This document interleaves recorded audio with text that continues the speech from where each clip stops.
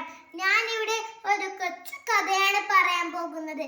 ആ കഥയുടെ പേരാണ് പൊന്മുട്ടയിടുന്ന താറാവ്.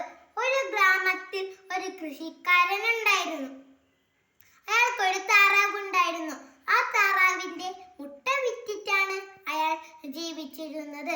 ഒരു ദിവസം ആ താറാവ് ഒരു സ്വർണ്ണമുട്ടയിട്ടു. അത് വിറ്റ് അയാൾ കുറെ പണം സമ്പാദിച്ചു. അങ്ങനെ ഓരോ ദിവസങ്ങൾക്കെല്ലാം ആ താറാവ് സ്വർണ്ണമുട്ടയിടാൻ തുടങ്ങി.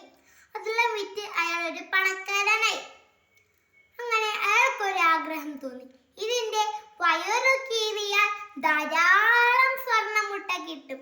അങ്ങനെ അയാൾ ആ താറാവിന്റെ വയർ കീറി.